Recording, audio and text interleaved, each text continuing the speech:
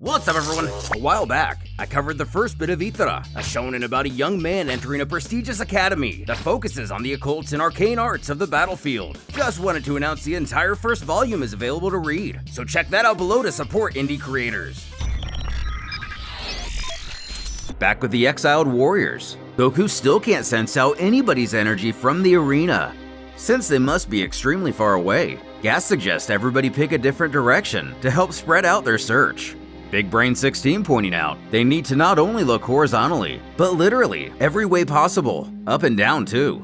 Fused into Gotenks, the eccentric fighter announces the area he'll be searching, when Super Boo comes up all buddy-buddy, throwing his arm around him and telling the others he and his friend here will be taking this hemisphere, which comes off a bit jarring to the young man. Elaine commanding his fellow Hellites, having Tidar take the North Quadrant, and Xenolome the South. Himself will search the middle.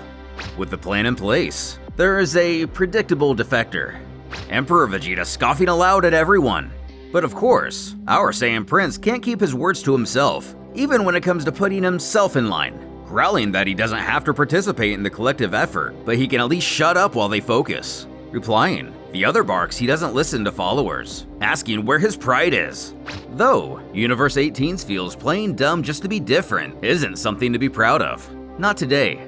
Causing the Emperor to whip around, scowling if our Vegeta was still the proud Saiyan he is. He would be the one giving the orders in his group instead of taking them, admitting he's grown past the petty need to be respected and feared. The Prince doubles down that it's a good plan, before getting in his face, spouting the need to be recognized is nothing short of weak.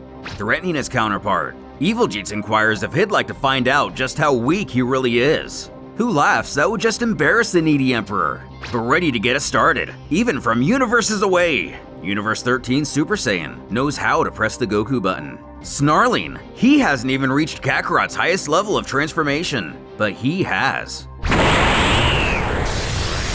Just as the face-off comes to its fever pitch, the Prince decides this isn't the time or place. Oh, come on! I can make a ring for you. Obviously, Goku, Boo, and Vegito feel differently.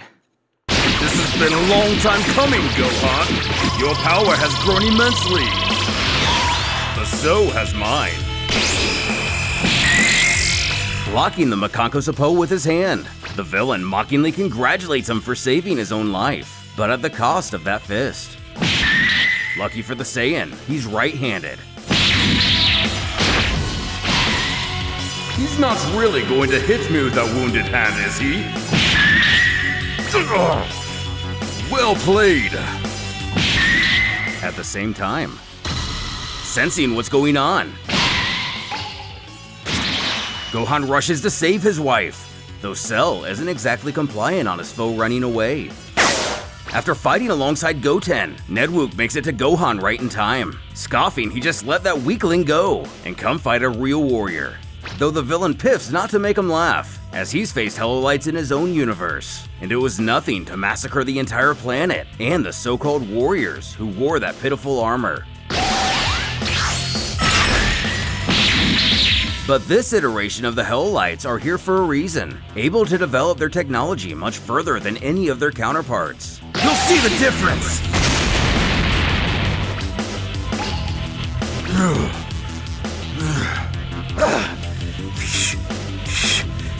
What are you doing? Nothing. You can't whistle! In range, 1 ally, 2 enemies, energy level sufficient. Sorry, buddy. I'm taking the shot. Bye! Easy to evade. Energy level very low. Fipsel runs up to her comrade, giving him a talk on the shoulder, congratulating he didn't need her after all. But on the inside, Nedwook knows Cell is still alive, not even worn out. You have been very helpful in increasing my power, but I have no use for you anymore. Call back your men. It's clear you're losing. Oh yeah? Need a hand? Yes, please. As our heroes begin to struggle, the other Videl also finds herself in a very serious situation.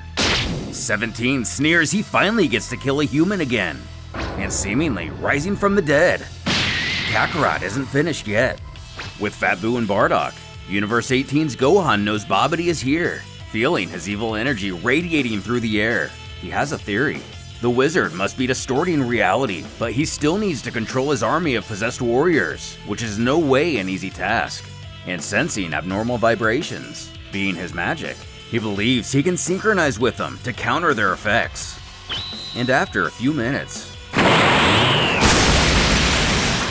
he's able to do it, revealing the trio peering in on the melee. What? Boo! Attack! It's over! Master, I had a vision. As Babidi's defeat was only a vision of the future by Bardock. The Rogue Saiyan alerts. Even MajinBlue will not be able to overcome the next threat, suggesting they set up a trap for their impending intruder. Speaking of intruders, Salza and Jace make their way to Universe 9's apartment, the latter scoffing they must be hiding like rats in there.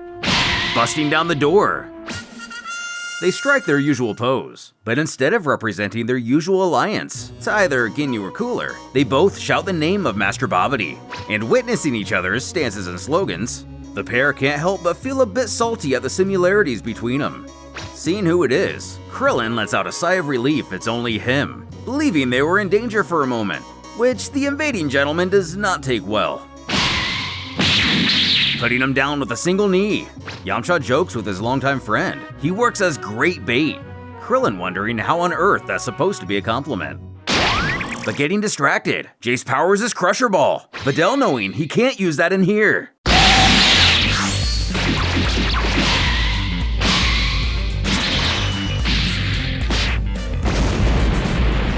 Getting back up, Salsa screams they're going to pay for this.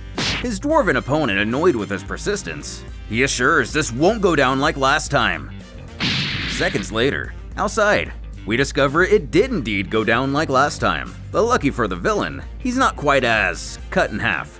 Making his way back in, a Cell Jr. sneaks up behind Tien as Krillin yells for him to look out.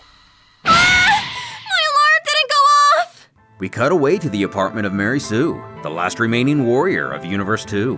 I need to move fast to see the fights! If something goes wrong, I can help by turning back time. So it's imperative I hurry.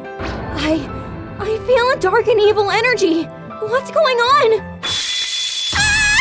My bento! In the Universe 5 apartment, the mysterious entity in C's room states it seems like a real mess outside, announcing he'll wait and observe for at least another 2 hours. While Nappa puts his boot on our Videl, chuckling he won't get caught off guard by Brawl again. Ow! What is my leg? Ah! Gohan manages to come to the rescue of his wife, standing on her toes to thank her hero. He has to point out, he's not her Gohan. Grabbing a hostage, Nappa screams for the others to give him their miracle medicine, saying he knows they have some. But this only causes Gohan to grow more frustrated. Departing from the Grand Supreme Kai, Shin announces he's going to help the other Supreme Kaios. Calling out to Super Boo, Grand pleads he knows he must still be here, and he must put an end to all this violence. Surely he hates Babidi enough to intervene. But the Majin declares there's no way he's going to step in, as this is far too interesting. The deity argues people are suffering because of his decision, but Boo piffs. People are suffering all the time anyway. Jumping back in time a bit, moments before Babidi began his attack, Cell births a few additional children. Seeing his plan firsthand, he created 3 additional juniors at max power to try to pin down Universe 18, wanting to handle Universe 16 himself. Leading the way, he instructs them to suppress their energy and prepare for the slaughter, stopping the last one from leaving, explaining he's not strong enough to follow, but he can stay here and fight some weaklings if he wants. Almost looking adorably pitiful in his rejection. But even at reduced power, will the Earthlings of Universe 9 be enough to take on the strength of a Cell Jr.? At that, one who is powered up while under Babidi's control. And just how dead do you think Gohan will make Nappa after beating up Videl and taking Brawl hostage?